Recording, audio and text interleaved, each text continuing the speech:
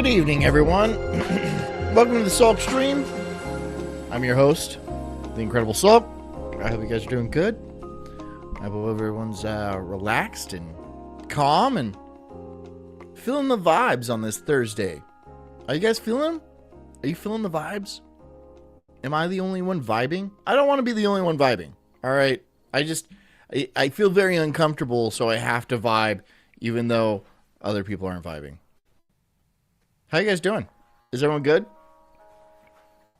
We're doing Snake Church tonight. We're doing snake handlers. We've done snake handlers before, but there's a lot of episodes of this, so we can always do different takes.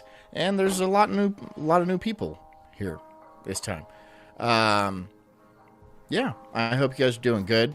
If you guys don't know what snake handlers are, they're people in the Appalachians, and they dance with snakes because of some passage in the Bible that says if they're true believers, then snakes aren't going to bite them.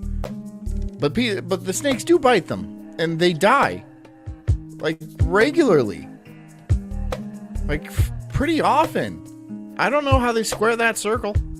I don't know how they're like, well, that guy was clearly not close enough to Jesus. Maybe just stop fucking with the snakes. They, like, jiggle them around and stuff like that. They don't like that. Anyways, I found a video.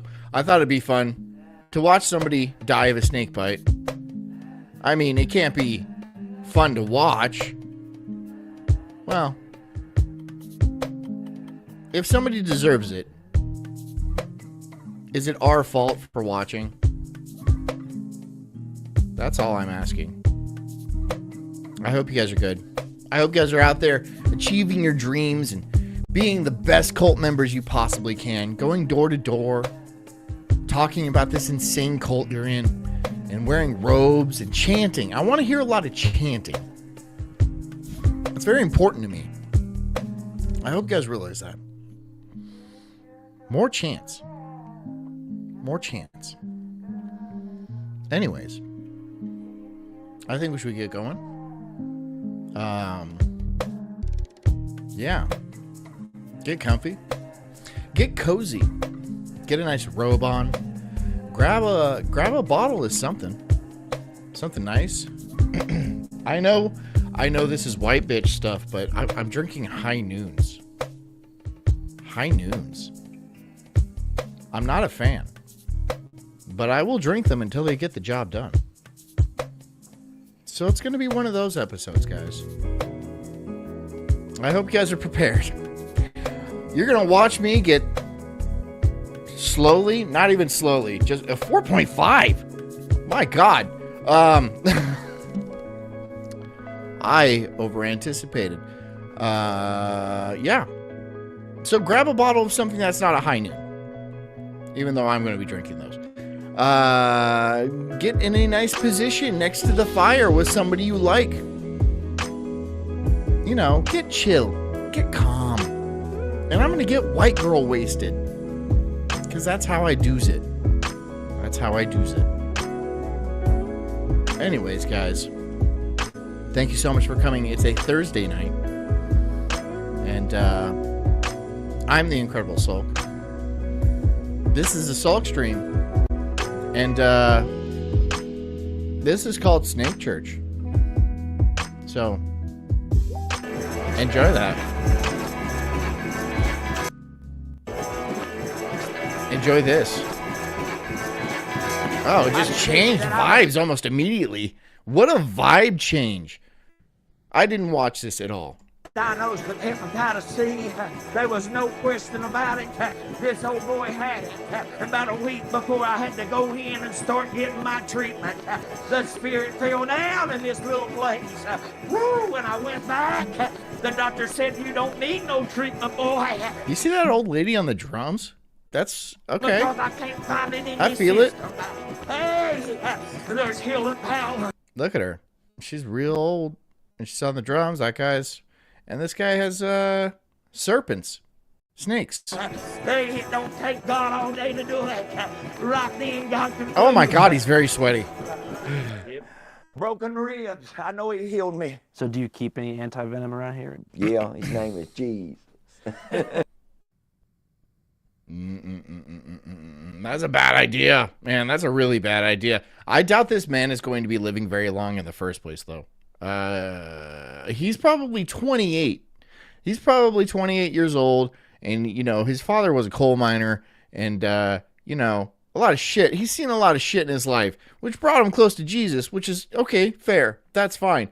But you got that wily look in your eye, like you captured some tourists that were driving across country in their car, and you got the girl one in your basement, and the boy one is dead. He's long dead. He's also in the basement. He's just rotting next to his wife or fiance, because they're young, right? They didn't have kids at this point. They're just driving across country on their honeymoon, and they had a flat, and he pulled over to see, he was like, "Do y'all need some help?" And he pulled over, and then you know exactly what happened. I don't have to lay it out for you, do I? He clocked the husband over the head, and then put them both in the trunk, and now one is burying his children. Unfortunately, yeah, it's a very like Jeepers Creepers type of a deal. What's up, guys? We're live in Squire, West Virginia, at the house of the Lord Jesus. This is a small background noise says, "Anta what? Anta Venom? What?" Church ran by a local pastor named Chris Wolford. Chris is up there. Let me just get this golf club to get these snakes out of here. What kind of snakes are those? Are those? Well, I saw a rattle, so I'm going to assume. Now, stop me if I'm going way out on a limb here. Is it a rattlesnake? Could it be a rattlesnake? I'm a snakeologist. Actually, I think the proper term is herpetologist, but that doesn't matter. I do have to tell you, I've killed hundreds of rattlesnakes. I probably killed hundreds of rattlesnakes in my time. That's because they're all over California, or at least where I lived, and that's what my parents sent me to do. Apparently, I was expendable enough to kill rattlesnakes, and so I've cut them in half with shovels. I have thrown firecrackers at them. I've hucked them across like a road. And they're Western Diamondbacks, and haven't got bit yet, and I don't deal with that anymore. Now I deal with not copperheads. What are they called? Water moccasins. We have water moccasins here, and I haven't killed any of those yet. But if I see one, I'll be sure to kill it, because I don't like snakes. I don't like them, and those water moccasins, cottonmouths, some people call them, they'll kill you. They'll kill my dog and my kids and stuff, so I'm not going to let them just hang out. I don't care. Like, yeah, they get rid of the rats and stuff, but so do other snakes. And I also have a cat. The cat does fine. So I'll kill that bitch. They're doing his thing. We're going to talk to the people and figure out how to keep faith during these. Scott says, "Timber rattlers and moonshine. Welcome to West by God, Virginia."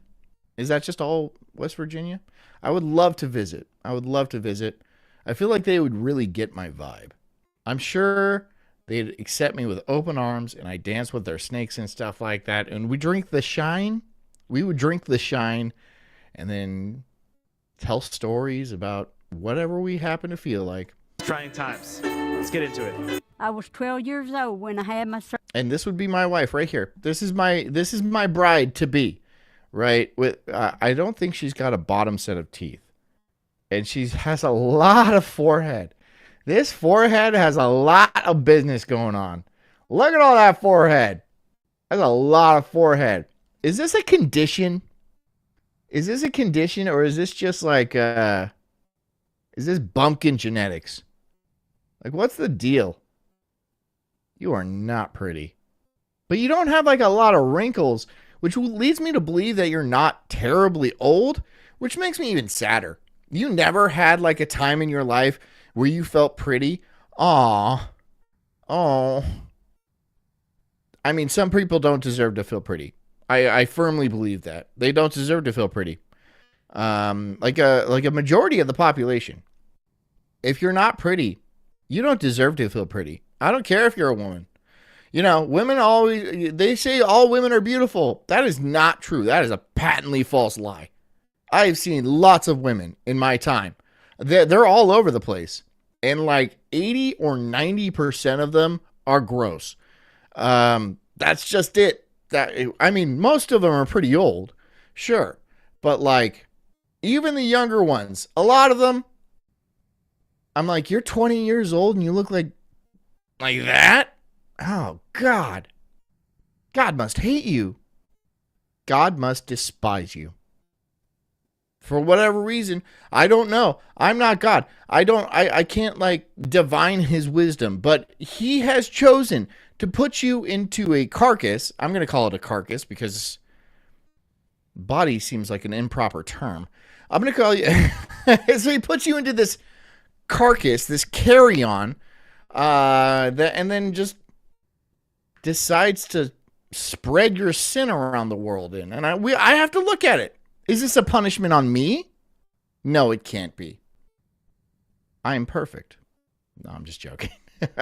But yeah, ugly people do piss me off. Like on the reg. Brain surgery, and they didn't think I was Piss going me to make off, it. man. And I'm a walking miracle. If there's anything I could do for Brother Chris, You're a hobbling miracle. I would do it. I'd lay my life down for him. What was the brain condition that you had? My God. What are you, fucking 4'8"? Or is this weirdo just super tall? This guy's a douche, by the way. I don't like this guy. He makes good content, though. These are decent content. I don't like his political views.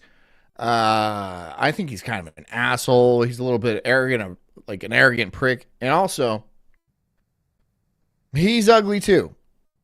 He's ugly, too. And I'm not saying that in like a gay way, but there are better looking men than other men. And he's not very good looking. All men are generally ugly, especially compared to very attractive women. But he's pretty ugly. So you must have pissed off God. That's all I can tell. That's the only thing I can think of is that you pissed off God in a previous lifetime, perhaps, or as you were on your way out of heaven, you flipped him the bird, and he was all like, I got you. I don't know.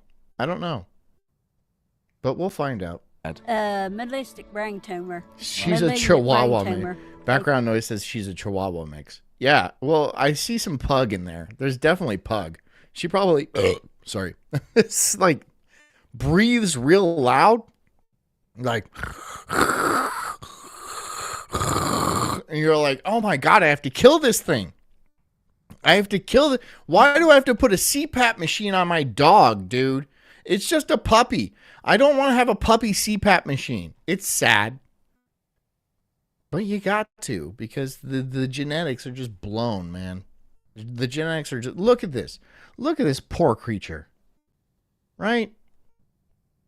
That's just sad. 18 years old.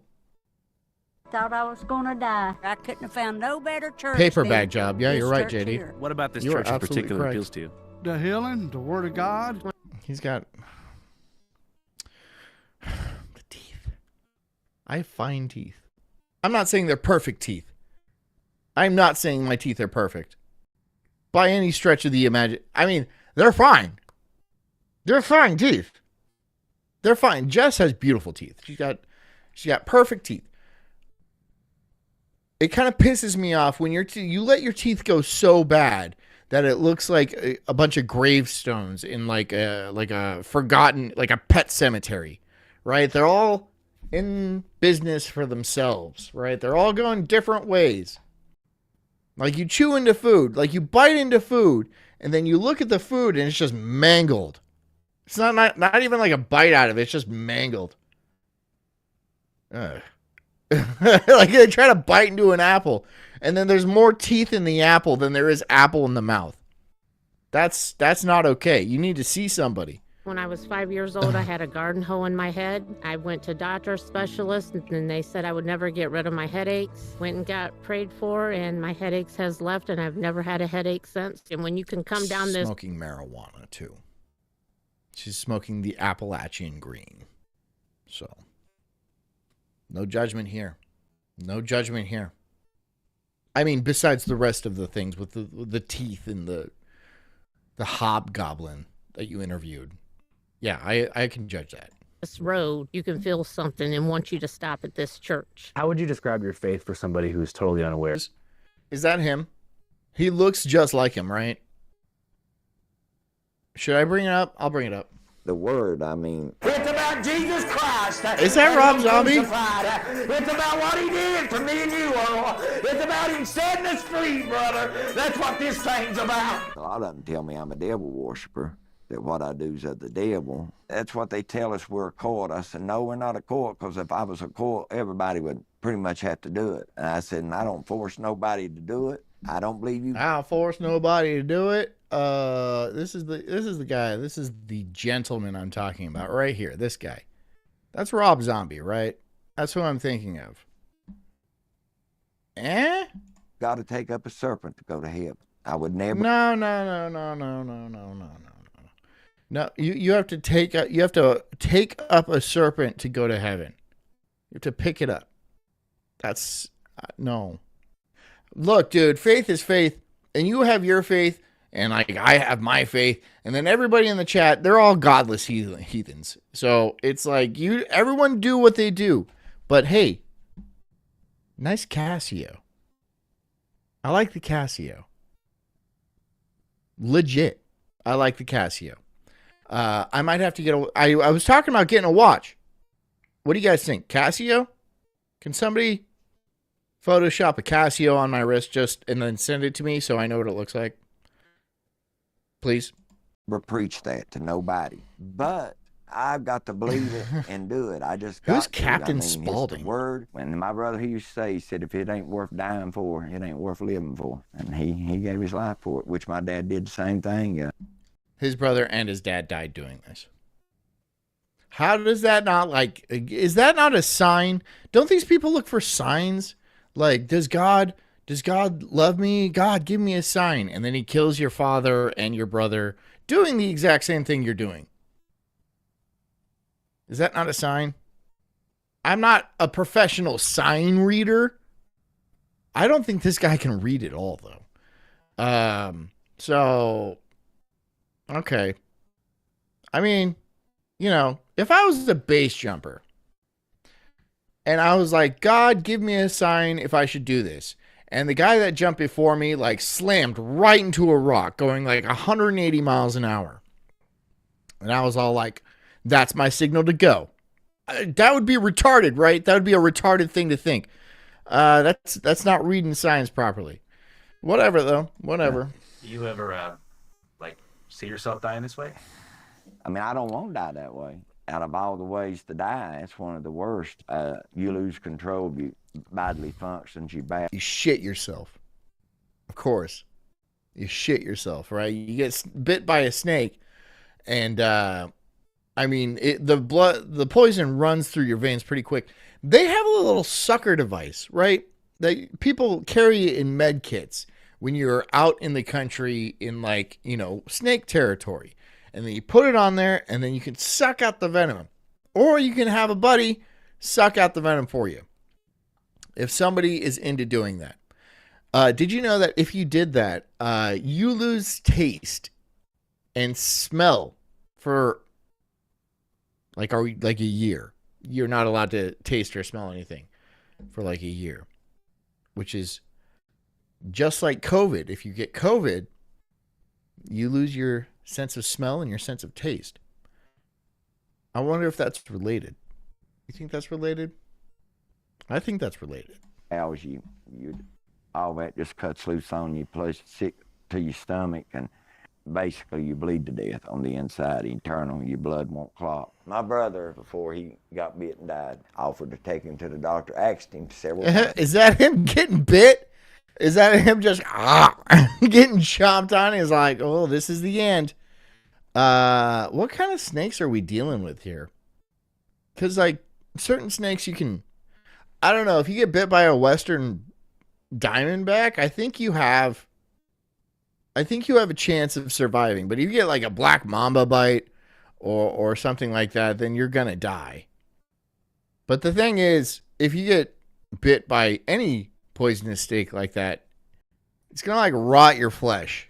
Because that's kind of what it does. It just like rots your flesh. Sometimes he wanted to go and he refused medical treatment. And then right before he died, he just looked at us and he said, I can't breathe. We asked him again, well, do you want to go to the hospital? And he said no. And the hospital, I could have thrown a rock and just about hit it. So we could have loaded him up in a car. We could have loaded him up in the car and had him at the hospital probably about as fast as we could have called 911. I done CPR on him. The fuck is CPR going to do? What is CPR going to do? You know his like veins are filled with snake venom and stuff. What is CPR? You don't understand what CPR is, do you? You have no, those are the only 3 letters you know. Well, there's also PBR, but they share R. So he really only knows 5. Yeah, dude, the CPR is not going to do shit. It's, if anything, all CPR is going to do is pump venom through his veins quicker. Right? When you do chest compressions like that, not only that, if you're doing chest compressions properly, you're probably going to break a rib. Right? Because you really have to jam it. Right? And there's only certain scenarios. I am CPR certified, by the way. There's only certain scenarios where CPR is actually effective. Like a heart attack, yeah, a CPR can be effective. However, you need to do it continuously. It's not like you do it for 5 minutes or something like that, and then they're like, oh, I'm alive now. No, their heart has stopped. And unless they are defibrillated, their heart is not going to restart. The only chance for them, for their brain to receive oxygen during that time is CPR. And if you're not working with a team of people, like 2 or 3 people at minimum, the ambulance isn't going to get to them in time before their blood circulation ends up killing them, right? Because you'll get tired. CPR is difficult and it's hard. And like it takes a lot of energy and you need to keep doing it. And the second you stop, that's when the blood stops flowing to their brain. You have 5 minutes. You have 5 minutes till the oxygen in their blood no longer supports the brain and then brain cells start dying. 5 minutes. So if there's an ambulance 20 minutes away, you better be able to do that for 20 minutes. If you do it correctly. Honestly, if some guy croaks over from a heart attack next to me, I'm going to let him go. I'm going to let him go. I'm not even going to give it a shot because I know how difficult it is and I know how slim of a shot it is to save his life. It is like, it's essentially doing something so people don't just stand there and watch him pass away. I mean, it will theoretically work. Theoretically, but most people don't know how to do CPR properly. It's not, sorry, it's not the simplest thing in the world. When I put him out on the floor and I What? pushing on his What? chest, That's true. I burp. I have a condition. It's called being alive. I do. It's called ADHD and alcoholism. Yes. Not yet.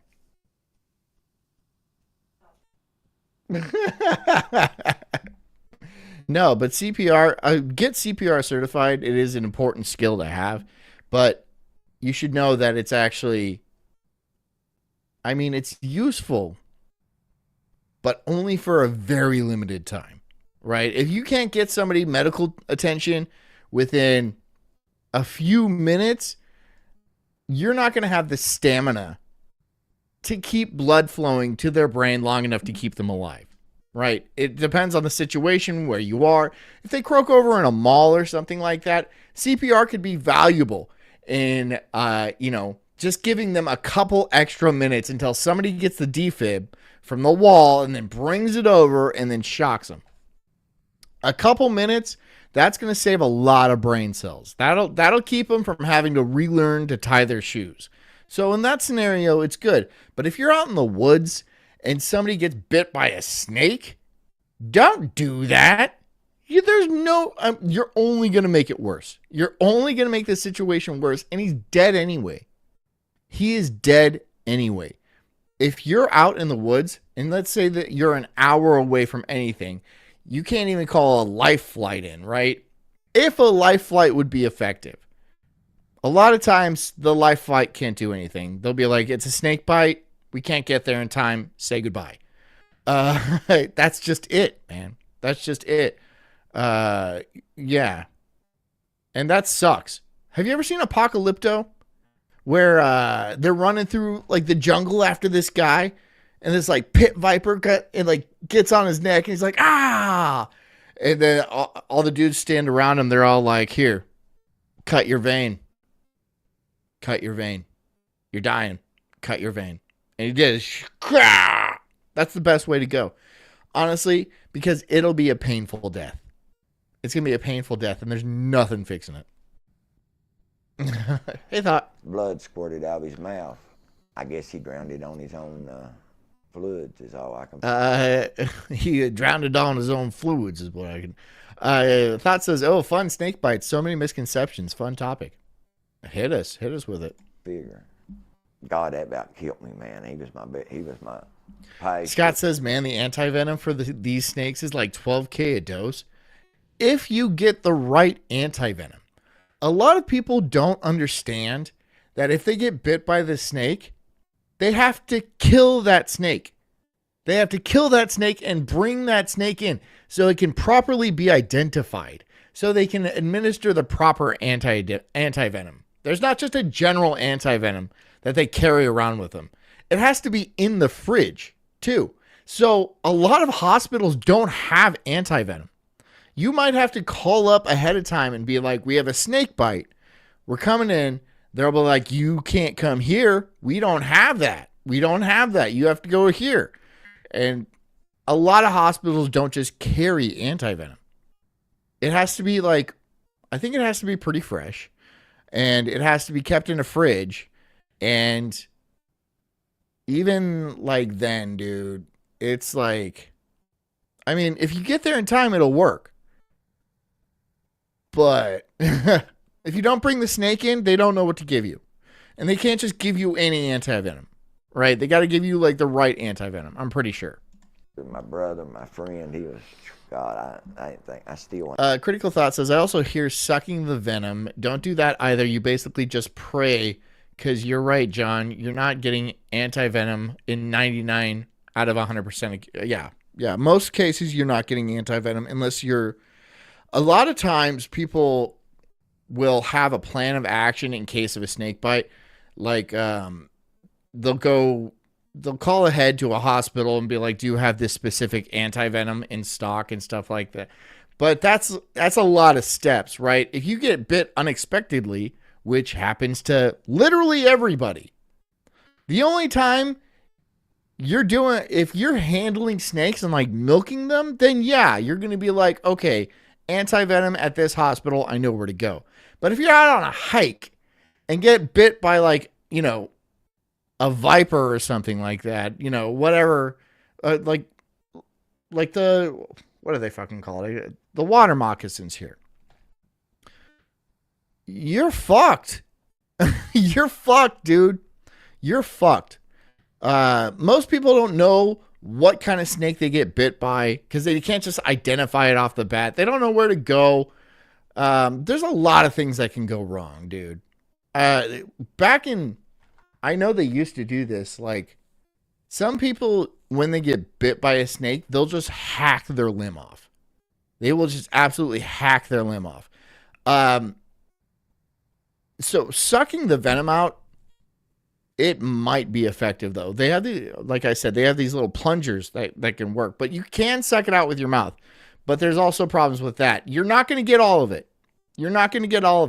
Will you get enough to save a life? Maybe. It's worth a shot. But also, then you put yourself at risk. Because if you get venom in your mouth, it's not going to hurt you. It might kill your taste buds, and it'll remove your sense of smell and stuff like that. But it's a protein-based venom, and you can swallow it, and it won't like affect you. But if you get it in your bloodstream and your blood supply, then it's going to kill you. Like HIV.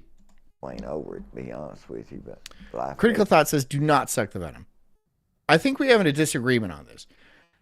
Because it could work.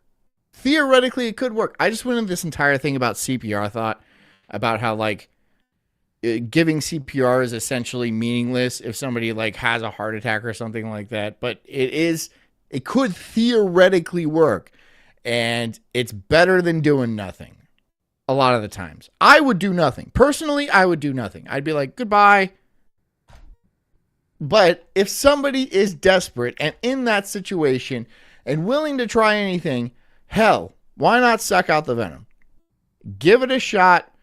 It's probably not going to work, but if you're like panicking, well, don't panic. I mean, damn, dude, it's over.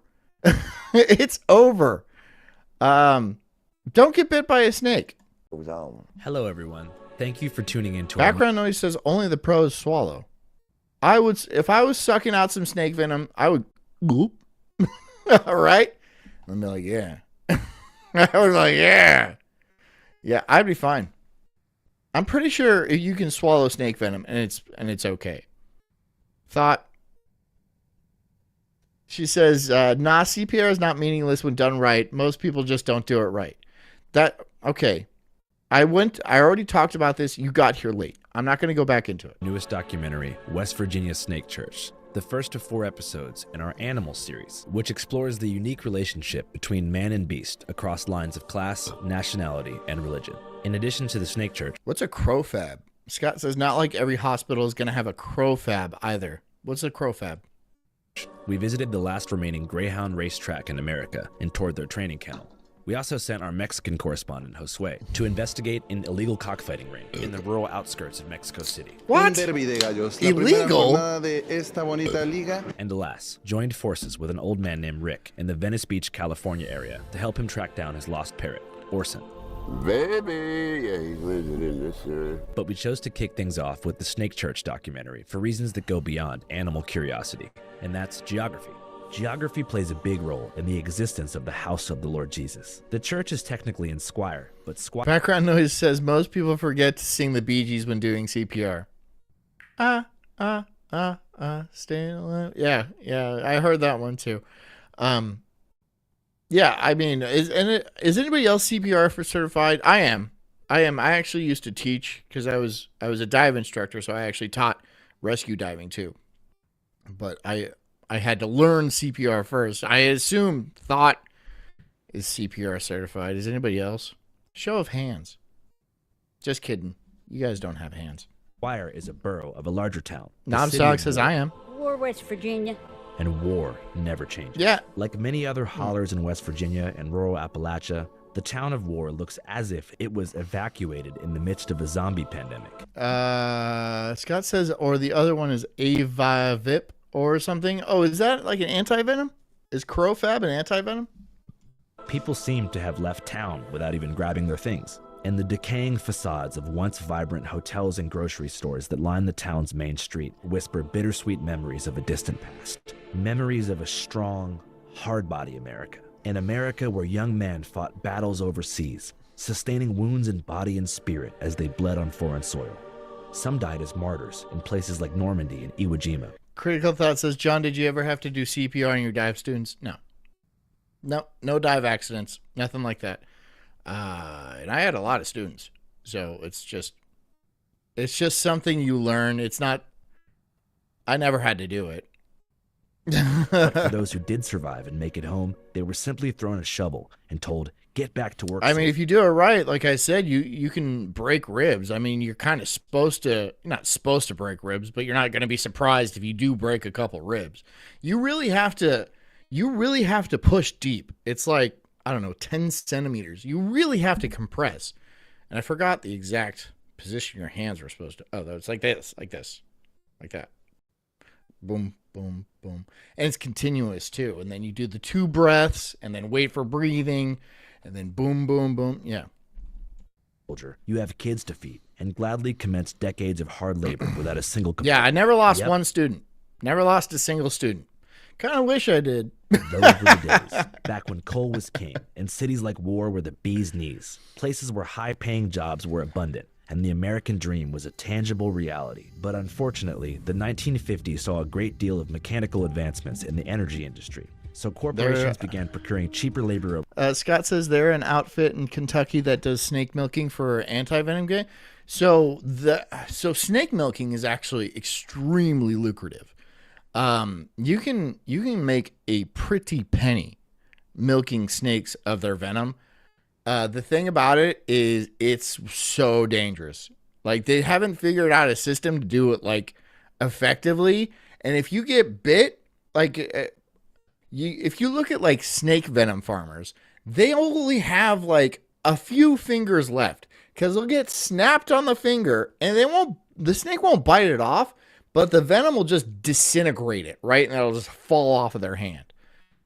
Anywhere that snake bites, it's going to cause a huge, an ulcer, some sort of like contusion that it's rotting your skin. It's a modified saliva that it depends what kind of snake it is. Some of them are neurotoxic that suppress breathing and stuff like that. And like, if those get into your system, it's just like kind of, but some like melt and some I think do both. I don't know. I'm not a snake bite expert, but just from what I remember hearing, there are neurotoxic venoms, and then there are like corrosive types of venoms, and there's also other types of venoms like the Komodo dragon. Their venom is different because it's like it's filled with bacteria. So if they bite you, it's like not really a venom. It's just like you get like sepsis and stuff like that, and that's there. There's also this thing called the blue ring octopus, and it's got a very tiny beak. It's the only venomous octopus, and it's got such a tiny beak that if it bites you, you won't feel it. You won't feel it. You won't notice it. But about 10 to 20 minutes later, you're going to stop breathing, and then you're dead. And that's happened, right? There's also certain types of jellyfish called the irukandji, which are extremely tiny. And you don't feel them either. And if they sting you, which you won't feel, you're just dead. That's it. You're dead. Overseas, betraying hardworking Americans. Nature is cool. You're right, Thought. After the coal industry collapsed, towns like War were left destitute and without options. Between 1950 and 2020, population in McDowell County, which contains War, Squire, and a few other towns, decreased from 100,000 to under 19,000 people, and currently has the highest number of drug-induced deaths of any county in the U.S. Ugh. Ugh. Ugh. She looks like the troll from the Lord of the Rings. Ew. I shouldn't judge, but I'm going to judge you. You need to off yourself. I'm sorry. If you're a certain level of ugly, you should just call it quits, dude. And maybe I'm going to get punished for saying that. But this is horrendous. You have these piercing blue eyes, and then just I can't even make the face. God, you're gross. And coal right here. That being said, War isn't totally abandoned. If you want a bag of chips or a composition book, there are a few franchise general stores in town, and also a pretty good pizza place. But the far majority of open facilities in War are churches. I mean, there's so many churches there, possibly more than I've seen. David the Rope says, what's a tiny jellyfish need nukes for? The irukandji? So they're in Australia, and they're in the South Pacific, and they're tiny, tiny. You can't see them. You don't know they're in the water. Like, the best indication you'll have is, like, there's a sign on the beach that say irukandji in the water. Don't go in the water. Why they're so venomous? Or poisonous, right, honey? She hates it when I say stuff like that. She hates it. Okay, why they're so venomous, I have no idea. I straight up don't know. Why give it like such a bioweapon like that? I have no idea. Anywhere, ever, which makes sense. In the human experience, it's often that we find ourselves praying to God during Critical Thought says, this is why I'll never understand the white supremacy people. Why? Because there's a few ugly ones? Really? Because there's ugly individuals? And when you hear white supremacy, here's the thing about white supremacy. They call not hating white people white supremacy. That's white supremacy. That's how overblown it is. If somebody is all like, hey, maybe white people don't deserve to be eradicated, you're a white supremacist. See, it's not. And the things you see on like the movies and like on CNN and shit like that, that's all feds. That's not real, actual white supremacists. And I don't even think that's very common for people to call themselves white supremacists, right? Because a lot of people are good at a lot of things. I think anybody who, when you say white supremacists, it's just people that don't want to be eradicated. That's what people mean by white supremacists. If you're white and you don't want to be genocided, then you're a white supremacist. It's not about, oh, you're better than everybody. It's like, no, you want to like live in peace.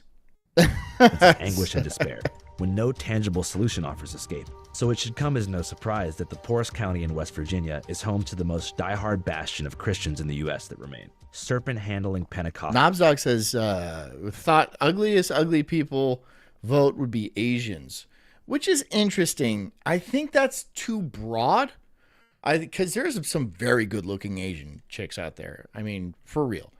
And like even Indian chicks, there's like a lot of really good-looking Indian chicks.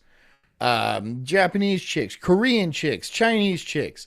Once you get down to like Indonesia and stuff like that, they get a little uglier. Like Thailand, man, those kind of, yeah. But Asians in general, that's too broad of a category. That's just way too broad of a category. I would say, personally, the ugliest people on the world are either Eskimos or Aboriginal Australians. Eskimos because they're dying out. They're too ugly to fuck each other. And Jesus Christ, have you seen some of those Aboriginals? They're like, are you human? Are you a human? Are you? You got suspiciously long arms. Like, why do your arms drag on the ground when you walk upright? You know, it's like, whoa. Hostile Christians. Well, apostolic. Some people call it Pentecostal. I'm apostolic. I think the difference between Pentecostal and apostolic is Pentecostal believes in three different ones. I believe in three, but I believe the three are one. The origins of serpent handling can generally be traced back to George Hensley, a preacher from Tennessee who around 1910 began incorporating snakes into his Sunday services after interpreting one particular Bible verse extremely literally. That verse is Mark 16:17. In my name shall they cast out devils. They shall speak with new tongues. They shall take up serpents. Thou shalt lay hands on the sick, and they shall recover. Okay. All right. Well, that's in there, but that doesn't mean you should do that. That doesn't mean you should do that, right? Because that's like after Jesus comes back and stuff like that. I don't know. I'm not a Bible expert. I'm not an expert on anything. So anything I say is completely made up and fictional. But doing that seems like a stupid idea, and I don't think anybody ever has, like, I don't think that's the right, whatever. Again, it's an interpretation of the Bible, okay? And if people interpret the Bible in a certain way, there's no way you can possibly talk them out of it. That's just it. That's faith. And you can't fight that. So, and this is America. If they want to pick up serpents and, like, die doing it, then they should have the right to do that. Provided animal welfare and stuff is involved, and because it's not, Next verse says that you should also, in addition to handling serpents, consume deadly things. If they drink any deadly thing, it shall not hurt them. Which Pastor Chris interprets to mean strychnine, a highly toxic pesticide that can cause brain death and respiratory failure within 15 minutes of consumption. I got a bottle of it up there I can show you. Oh, yeah, we got to go check that out. If you read on it. Strychnine sulfate. Strychnine. You're drinking strychnine. Is that what they're doing? They're drinking strychnine? That's poison. Don't drink poison. That's strychnine. You guys know what strychnine is, right? You don't even supposed to take the lid of it off unless you gotta. As a disclaimer, we here at Channel 5 do not endorse, condone, or promote the consumption of toxic and harmful substances. But I got some, look here, I still got some in it. Yeah. Skull it, dude. Just fucking slam that shit, right?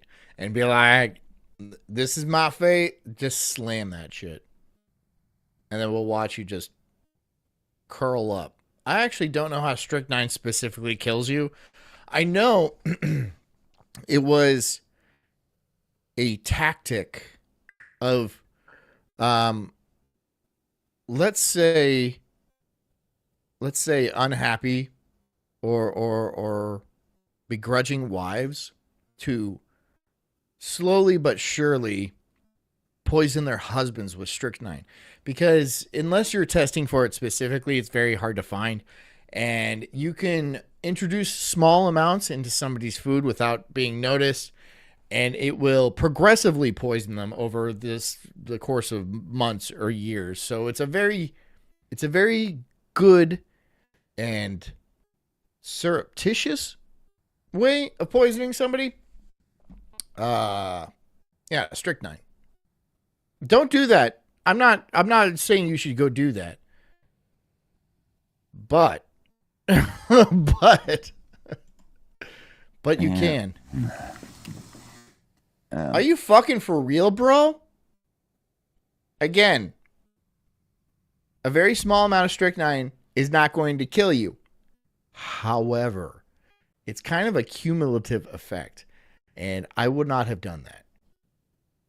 I wouldn't have done that.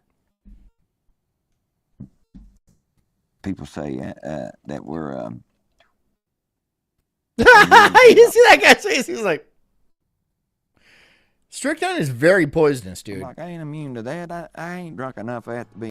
So, that's probably why you're so fucking ugly, too. Immune to that? I need something to drink. Hensley didn't do the strychnine part, but he definitely did the snakes, and throughout the 1900s, his influence spread across Pentecostal churches in Appalachia, probably reaching its peak in the 1970s. Critical Thought says guys used to take it in the 19th/early 20th century to get boners. Really? Does he give you like a mad boner? She also says, don't try that at home. Don't try that at all. Don't try that anywhere you go. Don't try that in the hospital. Don't. If you find a bottle of strychnine, God forbid, don't put it in your mouth, you retard. When there was over 500 snake handling churches in the area. I believe in drinking strychnine, handling serpents, and speaking in tongue and all. Handling a deep. So the speaking in tongues thing. That kind of bullshit. That's nonsense. That's nothing. That's just doing funny things. And they say it's speaking in tongues. It is not a language. It's not a language. It's not decipherable. No one understands what the fuck you're saying. It's not even like structured properly. It's nonsense. It's not tongues. Tongues, technically, is a language. It is a different language from the language that you are aware of, but it is a specific language. Not a specific language, it's just any language that is not your own. But that's not a language. What they're speaking is not, it's not like Latin or Aramaic or anything like that. It's just nonsense. Oh, by the way, I've been taking methylene blue. How about that, huh? That's pretty funny. Am I gonna die, Thought? No, am I? Should I be taking strychnine? Honestly, I've been taking it for a few days now. I think it feels pretty good. I think I feel good. I think I've been doing good. I've been chipper and happy, and I've been doing fine. Jess has been taking it too. The venomized serpent was seen as the ultimate testament of faith, but there was one problem. A pastor is dead from a poisonous snake bite. People kept dying. So fucking shocking. Oh, wow. This guy, he handles snakes and like jumped them around and stuff like that. Did this. You grab snakes. Oh, I can't believe that venomous snake bit me. I thought God had my back. Yeah, well, God gave you a brain specifically not to do that. Specifically so you wouldn't do shit like that. Did you use that brain? Did you use that brain to be like, you know what? Maybe I shouldn't fuck with this snake. Maybe I shouldn't piss this snake off. You know, it's deadly poisonous. And if I shake it around a bunch, it might bite me. No, God has my back. No, because God gave you a brain, not to be a fucking artard. So, you have gone against the faith by being fucking retarded. And so you've been cast into the shadow realm. So say I. States began to shut these churches down, and in some cases, like in the case of Pastor Glenn Summerford from Pamunky says you can't just walk off a hill if you believe in Christ. Exactly. If you believe in Christ, that doesn't mean you can fly. You know, that doesn't mean you can jump off a building and be like, yeah, I'm going to matrix this shit. That's not how it works. That's just not how it works. Yeah, it's not how it works. I'm like 90% sure that's not how it works. You know, it might work. It really might. However, my faith isn't strong enough to jump off a building. You know, I'm sorry. It's just not strong enough for me to jump off a building and swan dive into the pavement and just assume God's going to save me. You know, he works in mysterious ways. One of those mysterious ways is me being like, you know what? This is a bad idea. Alabama. This is a bad idea. I'm not going to do that. Manslaughter and attempted murder. And I think they charged him with assault with a deadly reptile and attempted murder. Pamunky says Christians don't believe in gravity. Oh, you mean the Satan force? The Satan pull force that keeps me from flying and ascending into the clouds? Yeah, I don't believe in that nonsense either. It's God pushing us down by the head. And then that's how we walk around. He constantly has his hand on all of us. That's why they say that. It's not any physics. You dumb bitch. No, but none of this has done anything to stop the Wolford family from doing their thing. At the house of the Lord Jesus, there are around a dozen deadly serpents on. So Critical Thought says, I mean, methylene blue has a very similar mechanism to Viagra. Interesting. So I guess hypothetically, small doses would ironically have similar effects as they sought with strychnine. Interesting. I also was looking into it, and it kind of works as an antidepressant because it keeps serotonin from being reabsorbed into. So I have a large. I don't do SSRIs. So I'm not worried about like serotonin syndrome or anything like that. So, but I also do get, pardon the pun, blue. So maybe this will help that. I do battle depression spikes. All right. And I don't trust you if you don't. Okay. If you never thought about offing yourself, I don't think you're a real person. There. Right? You never thought about going just jumping off something high. You never gone like close to an edge and been like, you know what? I could just do this and it's all over. That's it. No more pain. If you never thought like that, I don't trust you. I just don't fucking trust you. Property at any given time. All of them live in the mini reptile zoo beneath the church's floorboards. For lunch, the snakes eat live rats, which often produces the pungent aroma of rotting animal flesh that makes its way up through the vents. Well, I can't find boys. Critical Thought says it probably has no effect on serotonin. Well, then why is there a risk of serotonin syndrome? Right? It keeps from the reabsorption of serotonin, so there's more serotonin in your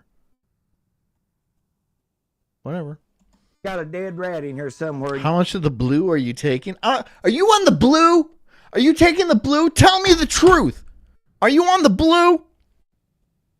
I learned it from watching you.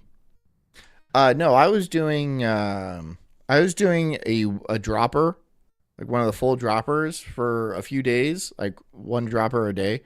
Not a drop, like one of the full droppers. And now I recently started doing 2 of them a day. So no effects, but no negative effects, at least. I feel like I've been clearer and I've had more energy. That seems to be pretty clear. And I feel good. I feel fine. Is that psychosomatic or is that actual, effects, or could be placebo? I don't give a shit. The placebo effect is still an effect to me. And so, if I take something and I feel better simply through the placebo effect, I don't give a shit. Okay? The mind is a very powerful thing. And if I can trick my mind into making me feel better, then I'm going to do that. Even though I am tricking myself. In a weird way, if it's effective, and I don't care. Y'all just going to have to tolerate it. The stench is putrid. However, most people seem to be ignoring it because the way they see it, the smell is only a small price to pay for freedom. West Virginia is the only state where look at these serpent handling people. is legal, and the House of the Lord Jesus is the last snake church in the state. This little church here is the only church in West Virginia that still does it. See, this is the only state it's still legal in. Every other state they Critical Thought says the good news is very small doses are unlikely to hurt you. So what you're saying is I need to take much larger doses. Like the whole bottle? Should I take the whole bottle? But we Why got would you a want me to do constitution that says freedom of religion, and that's my theory on that. In the neighboring state, Critical Thought says don't get medical advice from Rumble ads. I didn't get it from Rumble ads. I got it from Twitter. A much more reputable source. Thank you. And I'm also not taking medical advice from my chat. Of Kentucky and Tennessee. Just laying that out illegal there. about 15 years ago due to The reason for outlawing it was more people was. These people are duck and thumb. They're not brilliant. They're not, but they're like from West Virginia. Like West Virginia is like where the Irish settled down and like they started banging cousins and stuff. There's not like the high tier people in West Virginia. I'm not saying there's not good people from West Virginia. I mean, when I mean good people, I don't mean like, oh, they're good salt of the earth people. I mean high quality genetics. Okay, when I say good people, I'm not talking about like, oh, he's just a really good guy. No, I mean like smart and good looking and tall and like athletic and stuff, like good genetics. Not the best genetics out there. Even the most progressive West Virginia state lawmakers have thought twice before even trying to shut down this place. I mean, they probably would if they could, but these mountain folks don't play. Nobody got rights to take your rights away from the Word of God. Nobody. I don't care who it are, and they'll never take the right to God away because I won't. That guy's drunk. That guy's drunker than I am right now. And it's like 8 a.m., 10 a.m. there. Obey the laws of the land. I'll take the laws of the Bible before the laws of the land, yes. That's what's wrong with people today. They don't want to be persecuted for the word's sake. They don't want to be put down for Jesus. But that's all right. I would love to do this job like a preacher. If this were another time, I would be a preacher at a small church on a grassy hill in a very picturesque kind of scenery. I would be a very fervent speaker. And I would be like, those damn... never mind. I don't care to be put down. I'd be good at it though, right? This would be my flock. No more than a church that you can come to and worship and feel free. That's what I feel here when I come here. I feel free. I have freedom. I can worship the way they do. I can sing like the way they do. I can pray for people like I want when they want me to. And I'm not done no way. Despite... There's nothing wrong with this at all. I see no problem. I see absolutely, besides like their genetics and their stature and their intelligence and their dental issues. I see no issues with these people at all. They're doing exactly what they should do as Americans. They're worshiping exactly how they see fit. And that's exactly what everybody should do, right? Within reason, right? Like sacrificing kids and stuff, that's going a little bit, that's too far. But this seems fine. This seems absolutely fine. And you seem happy somehow. So, carry on. Feeling free and liberated. Her rights at the pew are still somewhat limited. Yeah, At let the them church, worship. Women are not allowed to preach or participate in any major. Based. Honestly, I wouldn't, no, I'm, if I'm going to church, I don't want to hear a woman nag. Like, it's not nagging, okay? It's preaching. Don't nag. You're going to nag. I know you're going to nag, all right? I hear okay, she's nagging. Where are the snakes? Where's that bottle of strychnine? Where's that? Because the man was first, and then Eve. And Eve sinned first. And Peter said that the woman is the weaker vessel. So I tell people like this. Y'all assist me. Y'all assist me, you ladies, when y'all come up here and help clean the church. Y'all assist me. And there's many things the women do that assist us. Woo, Paul. If the Bible wasn't against it, I don't have a problem with it. It's just what the Bible says. And that's why a lot of people don't, but I'm just telling you what the Bible says. I didn't write it. Okay, I like how there's the restroom with ladies and men on it, both on the same door. Women preachers, they've got good intentions, but it's still against the Word of God. Hey, children. Critical Thought says, I'm a woman, and honestly, I think women in leadership positions make everyone's life more miserable. Have you ever had a woman boss? I've never had a woman boss. But have you ever had a woman boss, and like, there's like a woman employee, and then that woman employee always has to complain about her woman boss, and like, thinks her woman boss has it out for her and stuff like that, which she actually might. Yeah, it causes a lot of problems. I assume, again, I've never had a woman boss. I've never been that low. Good intentions don't make it right. Pamanki says, I have. One was cool, one sucked. So one time you were in the in group, you were in the in clique, and then one time you were on the out clique. That's exact. It's not that one was a better boss than the other one. It's that one boss had you in the circle, and then the other time the boss had you out of the circle. That's how it is. That's how female dynamics work in the workplace, right? And then they do like Gen Z boss and toenails, Gen B boss and toenails. Oh my God. Have you seen that? Have you seen that? I would fire them all. I would fire them all. If I walked in and they were doing that and I was the boss, or if I even saw it on social media, I'd be like, you're all fired. I wouldn't hire them in the first place because I know better. But if I saw that, if I was like forced to hire them and then I saw that, I'd be like, you're all fired for goofing off, for negligence, whatever. Get out. Go home. Your children are your oppressors. This is not something that bothers the church's female parishioners, who seem to be more or less on board with the program.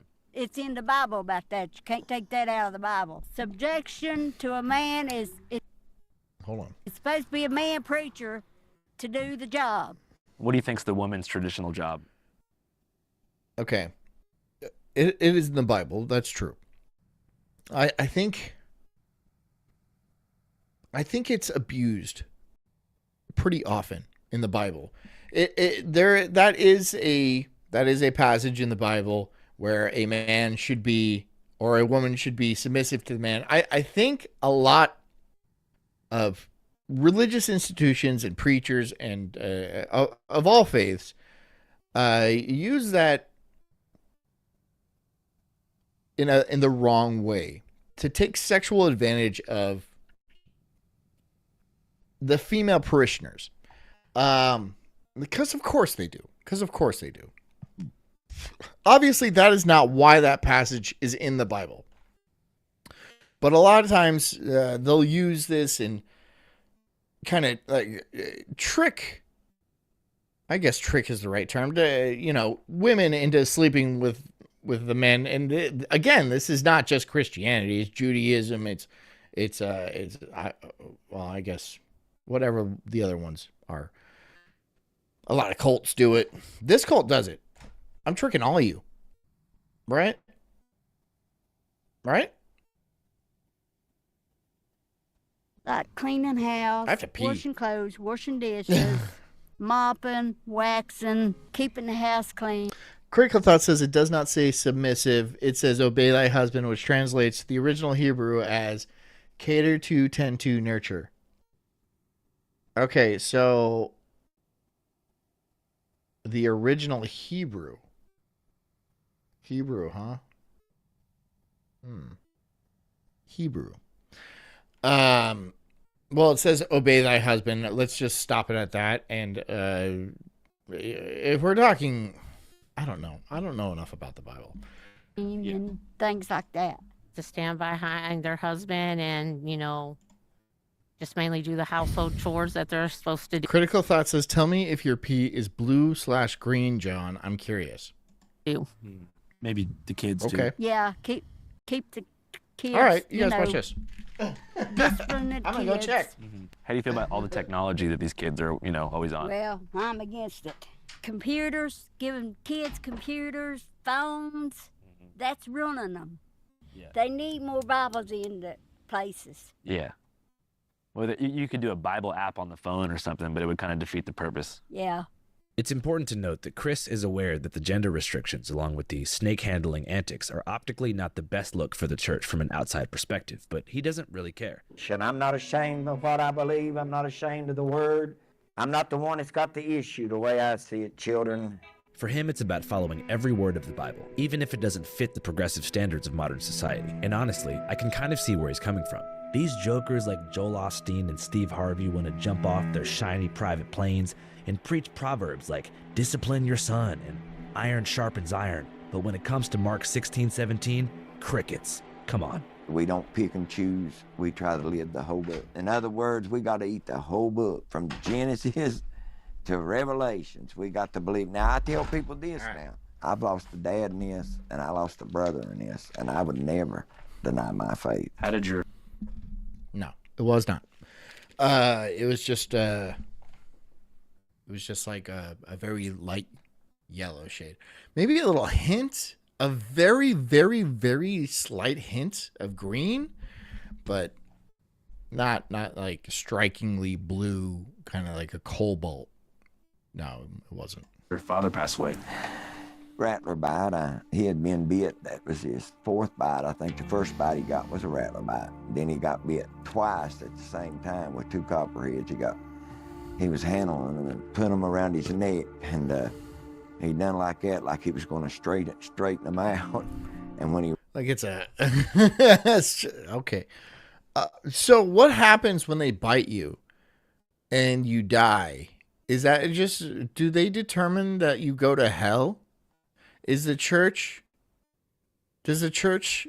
think, does the parishioners think that you're going to hell because you were harmed by these venomous snakes? They must think that, right? It's not like, well, he's going to heaven anyway, even though he did the thing and then he was not protected. Right? Wouldn't that make sense to you? Like, God will protect you and you will take up serpents and you will put your hand on the sick and they will be healed. You put your hand on the sick, nothing happens, and then a snake bites you and you die. And then they're like, well, he wasn't one of them. Well, okay. All right. Who wants to go next? And then a bunch of hands go up. What the fuck? These people are retarded. It's retarded. That's retarded. I'm sorry. I don't want to be disrespectful about people's faith right this instant. But that shit is retarded. That shit is fucking stupid, dude. If somebody gets bit by a snake and then there's just like, and they die, and then the next guy was all like, well, his faith just wasn't strong enough. Whoa, whoa, ah! And then there's another guy. What the fuck? What the fuck, you guys? Get tested for RTARD. You got a bad case of it. All y'all. All of them. Stupid. He run his hands down. One of them hit him on the hand. They hadn't hit him on the finger. And, you know, kids being kids, when he got bit. Thought says, okay, thanks. You're welcome. I think I have to up my dosage if I want my blue piss, which I don't. I mean, it's not like something I'm going for. It's not like, I'm not like going to prank my friends. Right? Like, here, have some Kool-Aid. It's piss. Although I could do that. But I'm not gonna. Yeah, kids' way of thinking. Me and my brother sitting there. It's like, oh boy, we don't have to go to school tomorrow. You know? But people that was coming. Despite what we've heard says your faith wasn't strong enough, so you go to hell. That makes perfect sense. That makes absolutely perfect sense. The passage in the Bible says, you shall pick up serpents, and you shall put your hand on the sick, and they shall be healed, and God will protect you from the serpents and stuff like all of that. You put your hand on people, and nothing happens. It's not Benny Hinn. Benny Hinn was a fucking scam artist, by the way, and we will dive into him at some point because he is hilarious. But also, you pick up a deadly poisonous snake. It bites you, you die. Everybody sees it. What do they think? They were worshiping this, well, not worshiping, but following this head of the church, this leader.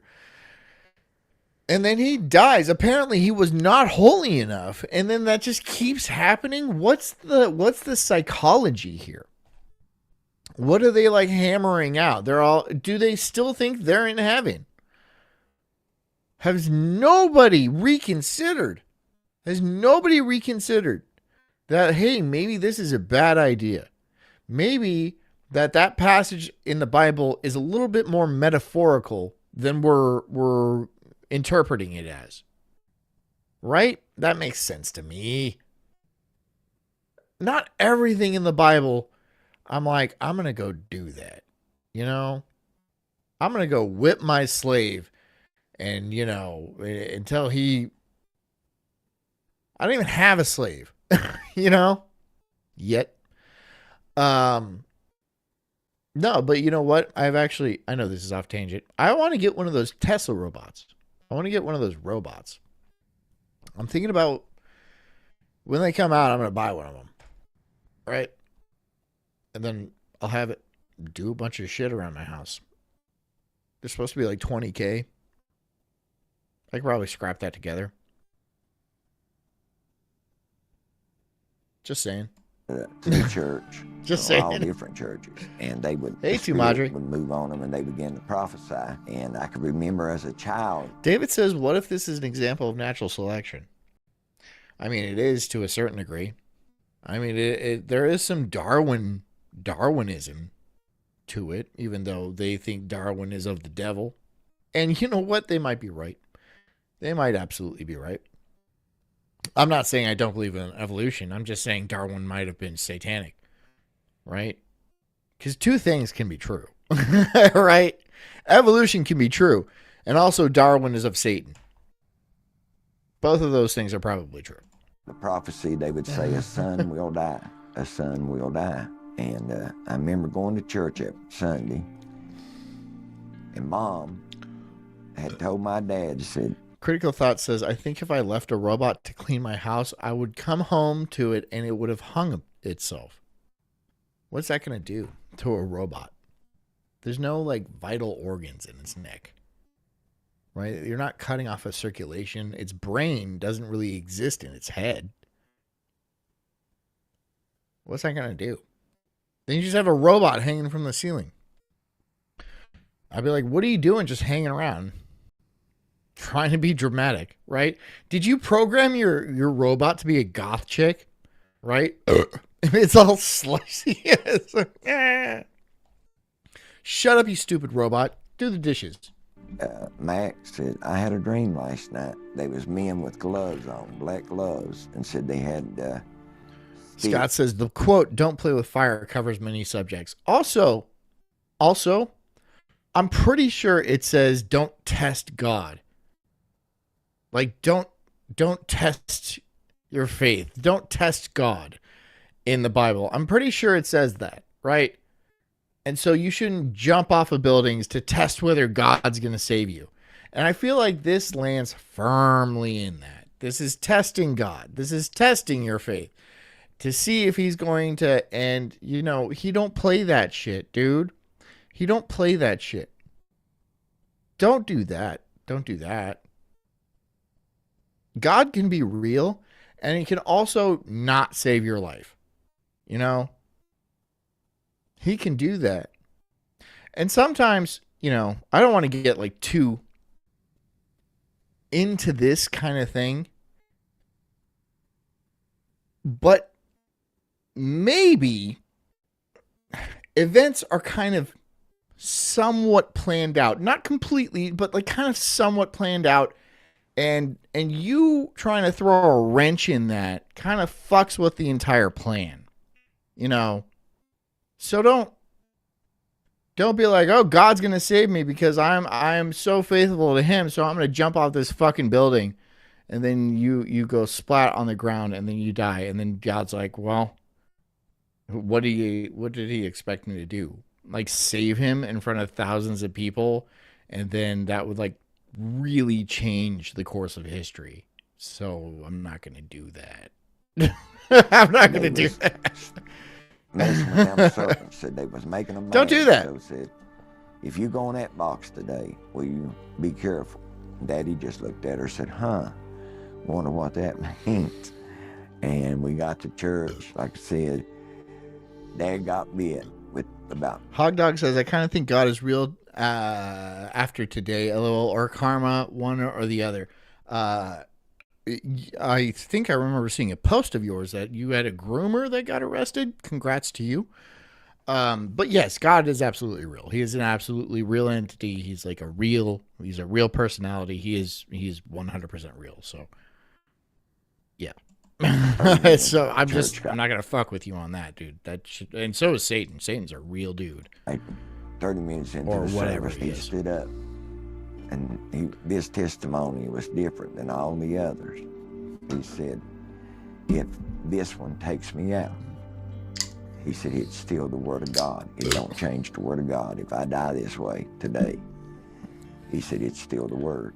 They brought a bed out in the church, and they put him in the bed because he needed to lay down. He started throwing up buckets of blood at a time. He'd fill up a whole 5-gallon bucket full of blood. And Mom was on the drum. No, you don't have that much blood. No, a 5-gallon bucket of blood. What do you have, like 8 pints of blood in you? Thought, how much blood do you have in your body? 8 or 10 pints? Something like that? Not 5 gallons. That's way too much blood. That's way too much blood. And I got a lot of blood, right? I probably have the most blood out of anybody. And I don't have a 5-gallon bucket of blood. I had to flex a little bit. Playing the drums, trying to keep. That's the way we'll do when somebody's bit. We'll try to keep the Spirit of God moving. Never will. Hog Dog says, I'm so happy I could fly around like Nero. You mean Neo? Because Nero is... Never mind. Only took 30 years. I'm 47. Congratulations to you, Hog Dog. I'm glad you're having a fantastic day. Don't forget it. The Spirit fell on Mom. Critical Thought says 5.5 liters. How many? How much is a pint? How much is a pint in comparison to liters? 5.5 liters. So that's a lot of blood. It's not 5 gallons, not by a long shot, but that's a lot of blood. 2 2-liter sodas plus half a 2-liter soda. That's a good amount of blood. I've never lost that much blood. And if I did, I'd be worried. So, okay. When our son was born in the bathroom, it was just me and my wife. And she was like, I need to go to the hospital. I'm like, nah, you're fine. There was a lot of blood involved. She actually ended up going to the hospital and stuff like that. There's a lot of blood. But she was fine. She was fine. But it was a lot more blood than I was expecting. And that was probably the most blood I've seen. But yeah, not 5 liters. Not even a single liter, honestly. Half a liter? I mean, even that would be a lot, you know. It was blood, though. She come off them drums and she got in front of the pulpit. It was a wild night. That was a crazy night. And she told us after Dad had... David Thoreau says 10 to 12 pints according to AI. So when you give blood, I've never given blood and I'm never planning on giving blood. You give like a pint, right? You give like 10% of your blood? No, I wouldn't do that. I need my blood. Died, she said, when that was taking place, she said, God was speaking to me and he told me a coffin will lie there. And she said, in my mind, I wouldn't accept that because I thought if I accepted that, then I would lose faith and not be able to pray for your daddy. But the Lord told her that a coffin would lay there. All I know is he grinned. When I opened the door, he looked at me and he grinned. And he said something to me. I reached down and asked him to tell me again. And he said Critical Thought says they take about half a liter when you donate blood, which is a lot. I faint at this point. Losing 1 liter, just about anyone will faint. Losing 1.5 liters is a significant hemorrhage. Yeah, that's a lot of blood. It's too much blood. He was gone. He had me that quick. And that was basically the same way my brother. So if he hadn't have died, I guess my life may have turned out completely different. But after his father died in front of him when he was 11 years old, Chris says he turned away from the gospel and pursued a life of sin. Hanging with the wrong crowd, with the wrong people, and got on drugs. Spent most of my life on drugs. Started out. Let me guess. Fentanyl, opium, some sort of downer, right? Because I feel like all of West Virginia really loves their OxyContin and such. I'm not knocking it. That shit rocks. Marijuana, and then went from that to marijuana. Cocaine. Come on, that's not a drug. That's like. I mean, it's. Okay, fine. Caffeine's a drug. Snorting. Yeah, probably perks. Probably perks. Shooting it. I was just a mess. I had nothing to write. Was being evicted out of my place because I didn't pay the rent. Everything that I made was going in drugs. And got into a fight with a man. Broke my jaw. Broke my hands. About beat me to death. That's what he did. So I had to have took him 8 hours to put my face back together, basically. I got out of the hospital. Here's the thing. I have medical insurance. My family has medical insurance. We have decent medical insurance. This man has no medical insurance. I have never gone to the hospital where I've needed significant surgery or like an overall type of like, I need to stay in the hospital, I'm going to die, blah, blah, blah. Never had that happen to me. I've had medical insurance my entire life. Never used it like that. These people, for some reason, without medical insurance or even paying anything at all, they get the shit beat out of them. They get their jaw rewired. They get their spine reattached and stuff like that. Who's paying for that? I'm paying for that. I'm paying for that when I take my fucking kid into the hospital and it's $100 a stitch with insurance. With good insurance. That's $600. 6 stitches just on the top of his head. $600 fucking dollars. What did he pay for all that? All that. What did he pay for that? Nothing. Fuck that guy. Fuck you. If you don't have medical insurance, be careful. Just be careful. God, dude. I don't understand people. They get a bill in the mail and they throw it in the trash. How? Like, I would like to do that, but I'm worried about my credit. Like, what's the deal? Am I worried too much? right? Should I just not worry anymore? You know, I had a $9,000 hospital bill for my first son. And it's like, yo, what does insurance even do? Right? What does that shit even do? I got that church at night immediately. This guy don't have $9,000. This guy isn't paying that kind of cash. No, they sent him a bill and he's all like, what the fuck is this?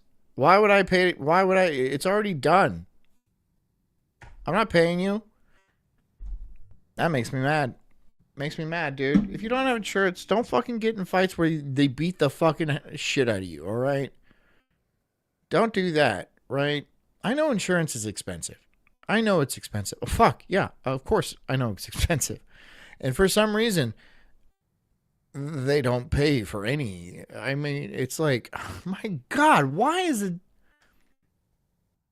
so expensive with insurance? I know exactly why. But that's a very deep rabbit hole that I'm not willing to go down right now. My heart, I fell under conviction. I couldn't hold my head up. I was just crying and bawling. And I went in that church and I sat down on that. Critical Thought says the top 5 of Medicaid/Medicare account for 50% of all healthcare expenditures, similar to private insurance. I believe that. It's the Pareto distribution. 20% of people take up 80% of like the healthcare budget, right? It's just like alcoholics. 20% of alcoholics basically pay for the entire industry, right? The other 80% just buy liquor occasionally. The Pareto distribution. It holds true like across the board. And so that's probably the same thing. He didn't pay shit for that. Right? He didn't pay anything. Not that he has anything to pay for it, but like, why do you get that? It's like, you know, those people who do like backflips onto like trampolines made of razor wire, like doing wrestling moves and stuff like that, knowing they're going to have to go to the hospital and knowing they don't have health insurance. Why you do that? You know, you're doing that to my rate. You know, you're fucking up my rate. You know, I have to pay for that because you're being a fucking dickhead intentionally. I have to pay for that. Asshole. I knew I was needing to go to the altar, but the thoughts I was having was, you know, you're a drug addict. You can't serve God like he is. You need to get yourself cleaned up before. And then when you get... Hot Dog says we had INS and an RSV stay was $40K for my newborn. After INS, I'm sorry, I don't understand what INS and RSV is. 40K though. Damn. Yeah, here's the thing about having a kid in the hospital. The hospital will try to hang on to that kid as long as possible. If you have a baby in the hospital, especially if you're like 19 or like you're a young couple having your first kid, they're going to try to run every test they can on that kid. They're going to like call in NICU and stuff. They're going to run everything. They're going to make you stay as long just to be safe, right? But then they're going to charge you every step of the way. And it really screws young couples out of everything just because they had a baby, dude. And it's like they rack up $20,000, $30,000 bills when it was just not necessary. It's robbery, honestly, and it should be investigated. Tried to do that with us. I was like, we're going the fuck home. When you get all cleaned up, then you serve God. Finally, I got up the nerve. I said, I got to go. I can't fight this no longer. So I go to the altar, and all I could do was just cry and say, forgive me. That's basically it. Critical Thought says, if we eliminated health insurance tomorrow, the cost would equalize to market competitive prices and everyone would be better off. Yes, I believe that, but there's also government interference and stuff like that force you to buy insurance, and yeah, but you're pretty much right. It's government interference that makes healthcare so expensive. If it wasn't so expensive, it would be competitive for places like Mexico and stuff like that. Medical tourism is a thing for a reason. So, yeah. all I could do. That's, Lord, forgive me. And I just cried and begged for God to forgive me. Like I'd left 100,000 tons. Thought says I paid $8,000 for a midwife from start of my pregnancy to after delivery. That included every OB visit. So we paid $5,000 for a midwife, and we were going to do the home delivery with our first son. But there was some complications. There was like, she was laboring for a long time, and she wasn't really responsive. And I made the decision to move us to the hospital because I had no idea what was going on. And the midwife was like, this is kind of a situation where you should move it over to the hospital. And so we did. We moved to the hospital, and then we had the baby there. Everything went off like without a hitch. And it was like, oh, now I have to pay $5,000 for the midwife and then like another $9,000 for the fucking hospital. I'm like, oh my God, dude. It's a fucking $14,000 kid. It's just, my God, dude. And I knew I'd been changed. I was not the same Chris. There was something that come into me. $5,000 is good, yeah, because she gave us like she gave us a deal, but it didn't work. So changed my life for the first time. I felt peace. The drug addiction, gone. Never craved another snort, another nothing. It was gone. I knew then. On our second one, actually, our old midwife wanted to because she's in Tampa, she wanted to drive over and like redeem the first one because it didn't go off properly, and we were like, no, we're just going to free birth this one. And we did. Start to finish free birth. And nailed it. Nailed it. From that point on, I've been trying to live my life. It's really not that big of a deal. Once you see it happen and like you get the gist of what's going on, I've never seen something be born. Okay. So the first time I was like, what the fuck is going on? But the second time I was like, okay, I know kind of the gist of what's going on, and she's going to whine and she's going to complain and stuff like that. She's going to scream a lot, but eventually it's going to come out and everything's going to be fine. And that's exactly what happened. For God. It was not hard. I'm just thankful for where he brought me from. God set me free. That's the truth. He'll set you. Critical Thought says, like you had it at home without anyone present? Yep, just me and her. In the bathroom, right over there. Free. Like Chris, many people who attend the house of the Lord Jesus. Yep. And she was all like, I need to go to the hospital. I'm like, you're fine. So when they're going through labor, the women folk, when they're going through labor, they're like, there's a lot of hormones going on. And like, I was making sure that everything was like in check. There was nothing, the heart rate was okay. The blood pressure was fine. Everything. I was making sure. I was cognizant of the situation. I wasn't just blowing her off. I knew what was going on, and everything was going to expectations. So I knew the situation. If it got out of hand, I would have called an ambulance. I would have driven to her hospital. It was not out of hand. Everything was going exactly as predicted. It was delivered. Everything was fine. End of story.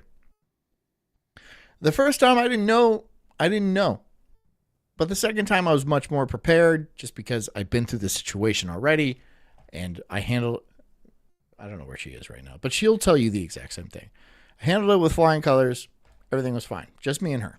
Jesus also had rough and tumble outlaw lives before they found Jesus. So even with the social scrutiny, illegality, and Thought says, damn, well, I'm glad it worked out. If anyone could do it, it'd be Jess. Yeah. Yeah, absolutely. deaths associated with snake handling, many parishioners just don't care. They're used to living on the fringe. My husband is one of the real McCoys from the McCoy and Hatfields. William Earl McCoy? Yeah, I'm one of the real McCoys from there. What's it like to be the real McCoy? Critical Thought says, and if you know how to deliver the placenta without inverting the cervix. So that was a hiccup we had. The placenta wasn't properly delivered, and she had to go to the hospital to get a, what are those called? Something like that. But everything, that was the only real hitch. But up until then, it was fine. Well, according to laws, it's I gave her a shot of Pitocin to the placenta, but it had been hours at that point post delivery, and we were like, okay, we should probably get you a DNC. Thank you. Yes, we should probably go and get you a DNC, and we did. Honestly, if we would just waited, I'm sure it would have delivered naturally, but I don't know. There's risk of there's a hemorrhaging risk. There's also a risk of maybe infections or something like that. Not something I was really willing to risk, and it was just we had the baby, so. Good. But law holds it against us because I had the longest. Where did I get Pitocin? The midwife sent it to us. The previous midwife, she sent it to us. War they ever had in history, 25, 26 years. You mentioned word McCoy, and you got 100 laws on you.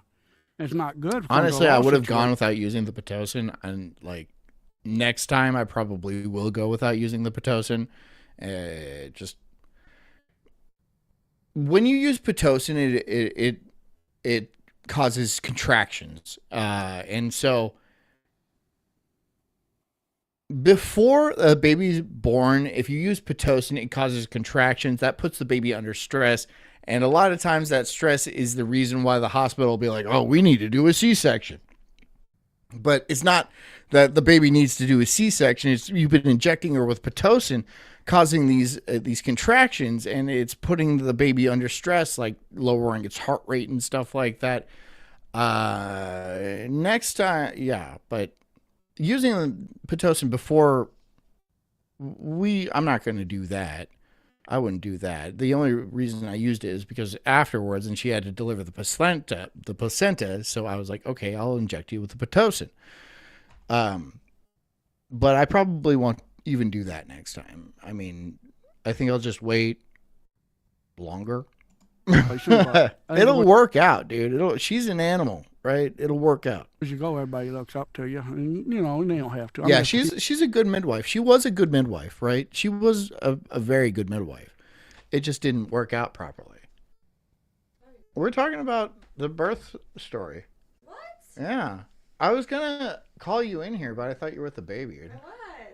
Yeah, I was just telling them how I injected you with Pitocin so you could deliver the placenta, and how Pitocin affects females' bodies and causes stress to the baby beforehand, and that's why people get C-sections is because they inject them with Pitocin.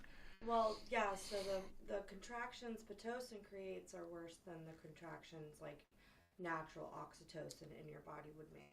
So they're more intense, which leads to obviously it hurts more, right? And that causes fear. Fear causes cortisol. Cortisol reduces oxytocin, and then it hurts more. And then they end up getting a C-section. Yeah. But it's amazing.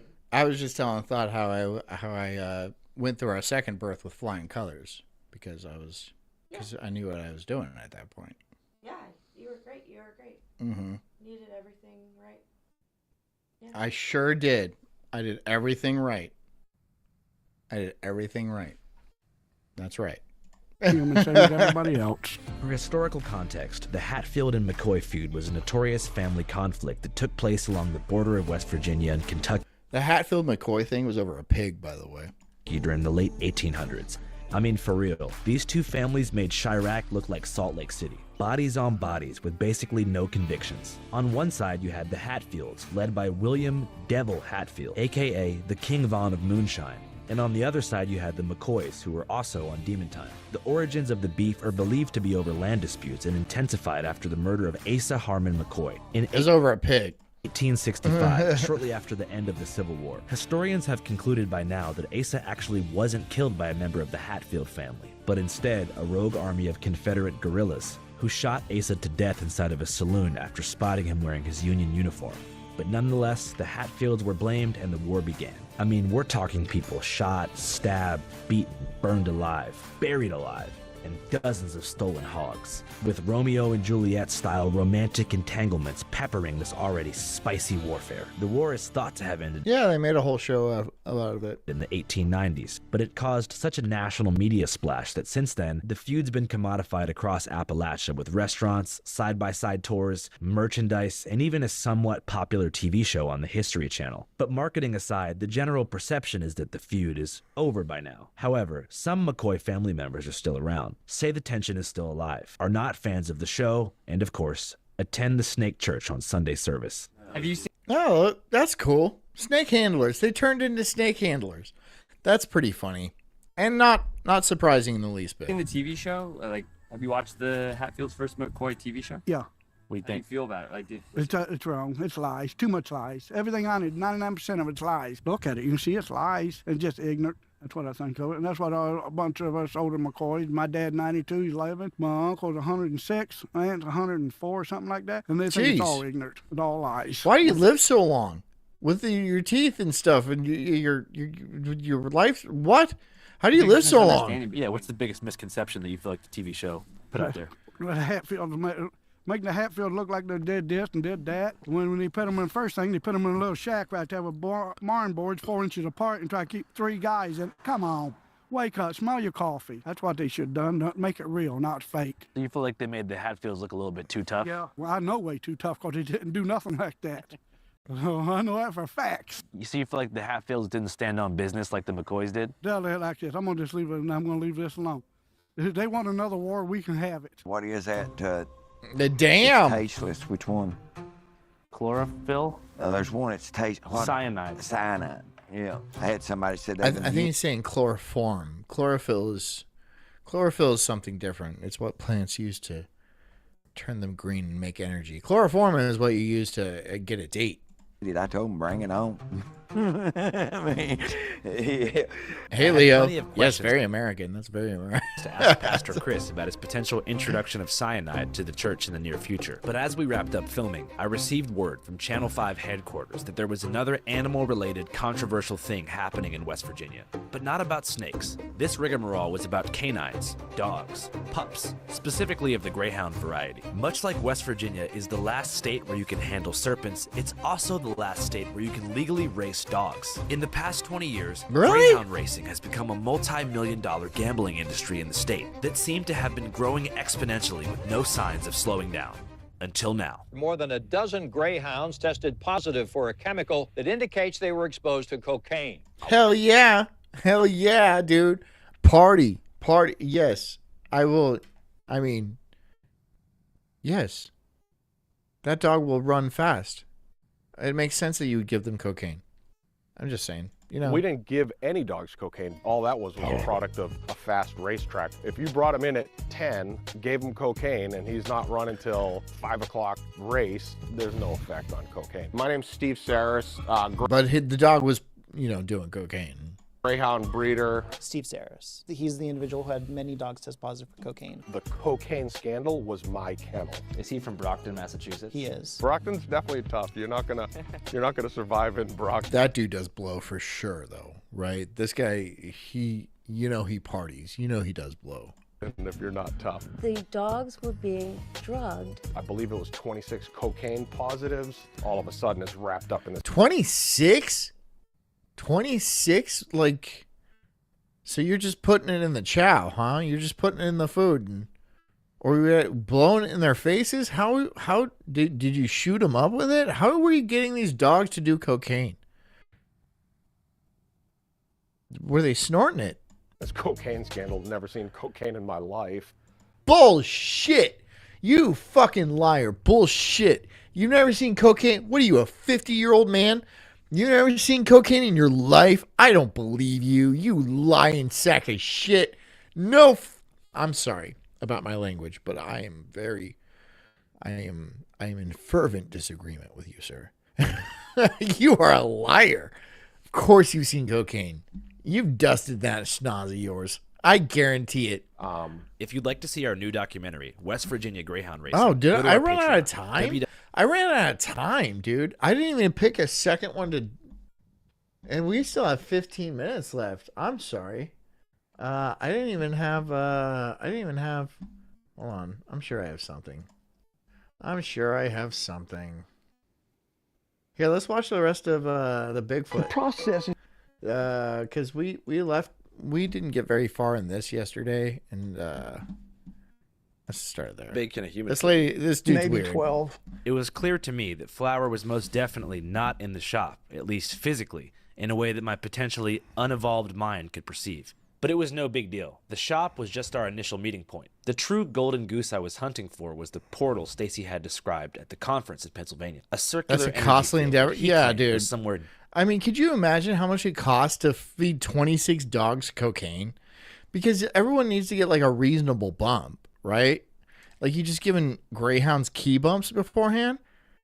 It's like $20 a dog if you're only doing one, and some of them are probably a little greedy. You see the size of those noses? Deep out in the Ohio wilderness, far from the hustle and bustle of Columbus. This was where the portal said. The what? Portal. I had a portal out here. A portal. They come in through a Portal. I had a lot of different critters come into my place through a portal. You see this dark area here? Yeah. This all made up an 18-foot circle. Exactly. 26 18. grams? A gram per dog. I'm not a cocaine expert. I'm not an expert on things. But a gram per dog seems like a lot of coke. That seems like a lot of cocaine. That's where the foots go to stand. That's like, I don't know. How much is an 8-ball? How much coke is an 8-ball? I don't know. A gram per dog. A dog is not like a human. Like a human does a gram of cocaine and they're keyed up, dude. They are keyed up. A dog, that'll kill a dog. To hunt to prey. And I think the whole thing of them. Scott says 3.5. Pamunky says 3.5. Hog Dog says 3. Jesus Christ, you guys. Jesus Christ. Okay, fine. An eighth is 3.5 grams. Okay. So that's a lot of cocaine. 3.5 grams. Like an 8-ball gets you. That's a night, right? That's a night. That's you and a couple buddies night, right? So a dog is not doing a gram of coke, right? Unless it's super stomped on, which I doubt anything is that stomped on.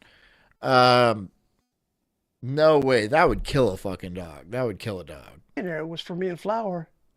David says $250 for an 8-ball these days? That's expensive. To be hooked up together. Sharon will tell you about this because she's experienced it. Flower would go up and threaten Sharon. She'd go up and act like she was coming to strangle her. Sharon would feel it and she'd want to go in the house. Hot Dog says 4 to 8 hours. Actually, no, that makes about sense. That makes sense. I mean, like, that's a night. But $250, that's expensive. Yeah. I used to tease Sharon all the time. We'd just be going out the house and I'd tease her about Flower being my girl. We got in my driveway one time and Sharon was getting on me about something. I just got in the driveway. I just got the gate open, sitting in the car with her. Leo says the best coke I ever had was when I lived in Miami. Go to Central America. I'm not going to say much more than that, though. And she's saying something about something. I says, Flower, help me. And the bushes beside us started rattling. Whoa. Did it smell, Leo, did it smell like diesel? Did it smell like diesel, diesel gas? Because that's like, and it's like flaky. When it's flaky like that, that's the good stuff right there. I think Stacy was getting the impression that I wasn't quite convinced, so began citing other examples. I've heard stories of Chinese women having Bigfoot babies. That's a Bigfoot baby right there. That's a Bigfoot baby right there. Or it's just a retarded Chinaman. Frozen? Is that Frozen? Oh, that's not Frozen. That's mean. Raped her repeatedly before she escaped. I heard one woman had one that died. Okay, that's cool, yeah. Successful. The Russians have a guy over there that they thought he might have been a Bigfoot product. You know, I can only speculate from things that I hear about. Before devoting his time to Bigfoot hunting, Stacy had a different passion, fixing stuff up.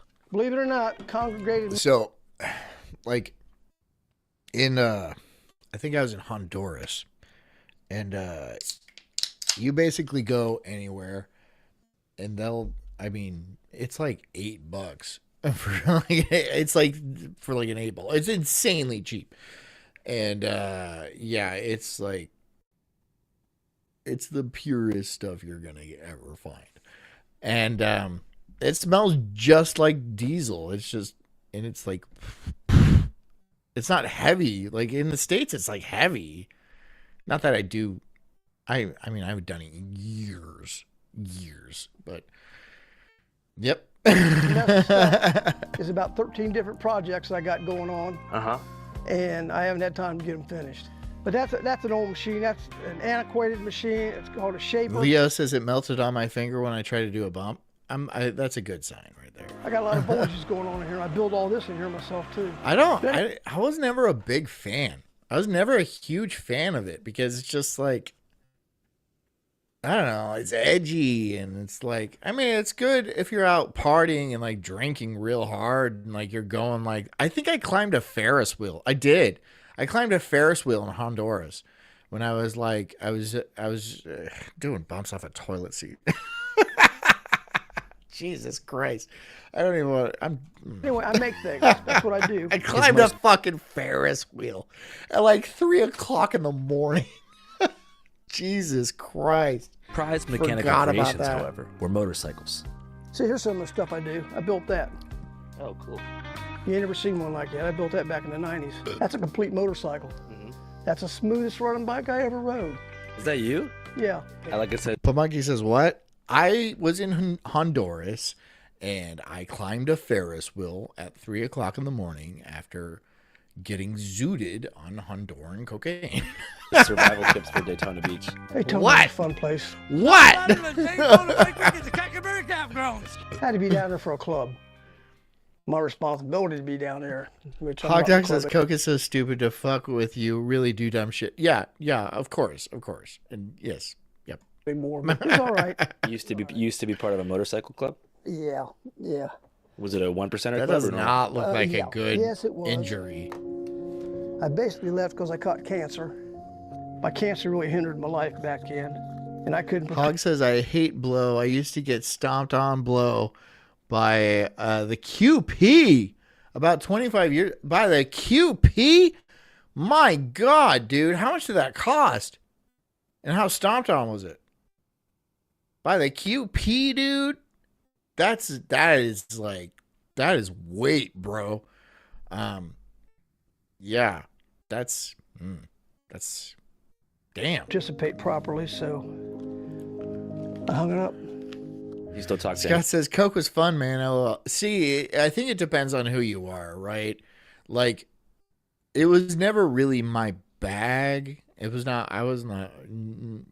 But some people they're about it, dude. Some people are about it, and I didn't like those people.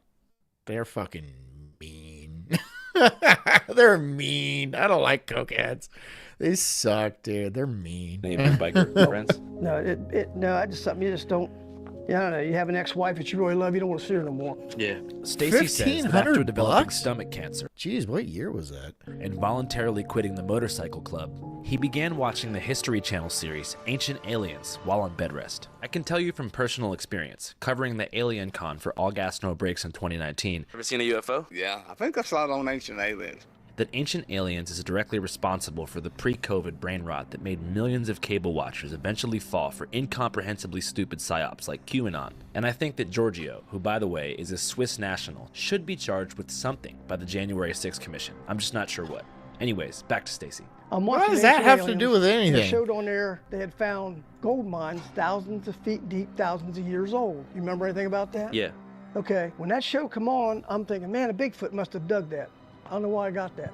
And like they were the labor. They started pumping the thoughts into me and said, no, the aliens brought us there to protect them from the dinosaurs while they mined the gold. Like a That's when Wookiee. they got here tens of thousands of years ago. That's why they're the first people. It seemed that after these conclusions were beamed into Stacy's head, Big Feet became a surrogate for political beliefs he already held, Big Feet. particularly libertarianism and mistrust of the government. They don't trust our government. What? They know how corrupt this is. They know more than. I like more how than we know. Bigfoot is super based. That's cool. I wonder if Bigfoot was like running drugs for the CIA. They're highly intelligent. They know everything going on. Biden got in there and showing the world. Hog says, I smoked an ounce of weed in one night, blowing down 8 balls. Holy shit. That's a lot of weed. Acid does that too. Yeah, nobody has a story about like, man, I did so much acid in one night. Like, I mean, there is stories. I've heard stories about like people doing like an entire vial of acid. I don't think they came back from that. After you do a certain amount of acid, you're not coming back, right? If you like get drunk and then drink like an entire, like a thing of acid, like a vial of acid, you're not coming back, dude. You're living on the moon after that. You're not going to be a human anymore. You're not going to think you're a human. And then that's just it. That's just it. Your life is changed. Better or worse, it's changed, man. It's just changed. After about your 3rd hit of acid, you're different. You are different in a single night, right? If you do like 1 hit and then wait a month or 2 and then that's fine. But if you're doing like 5 hits of acid in a single go, you're cooked. You're done for, dude. World, how fucked up it can be. Yeah. So everybody gonna wake up to what's happening.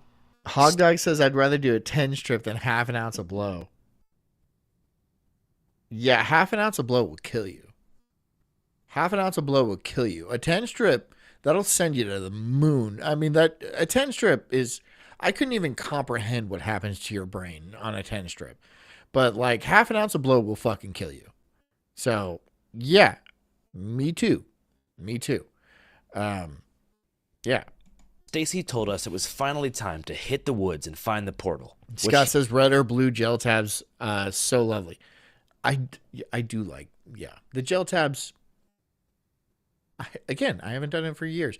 But, yeah, I like those. I played a game called Journey when I dropped a gel tab one time. And I was like, this is such a good game. It's such a good game. It's so peaceful. He insisted it was deep in the rugged Appalachian Mountains, somewhere nestled between twisting river valleys and wooded hinterlands. No, we ain't no adults here. We're not adults here. We're not fucking adults. What is this? What am I doing here? What is this? What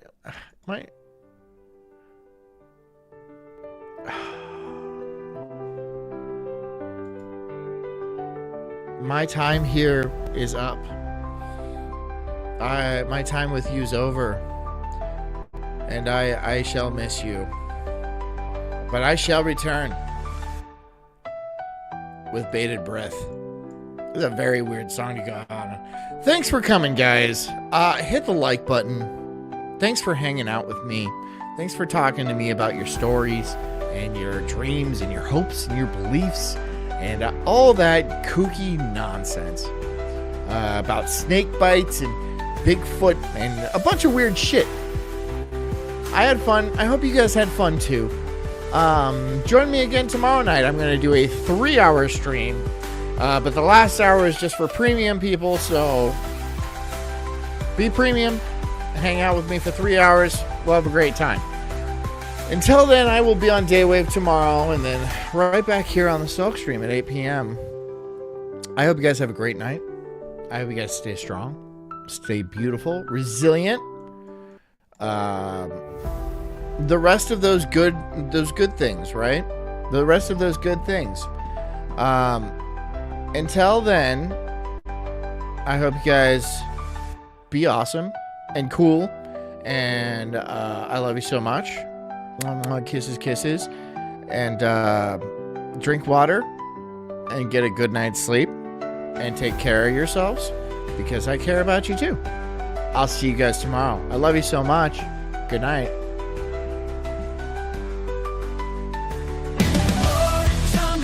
I'm an incredible soul, unhinged and enraged like a bulldog's fierce growl.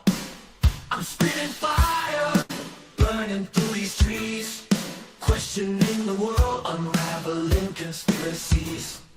Talking about Bigfoot, but I guess supposed to do? Government lies, they're feeding me their goo. I'm diving deep into this rabbit hole, uncovering the truth, setting fire to their control.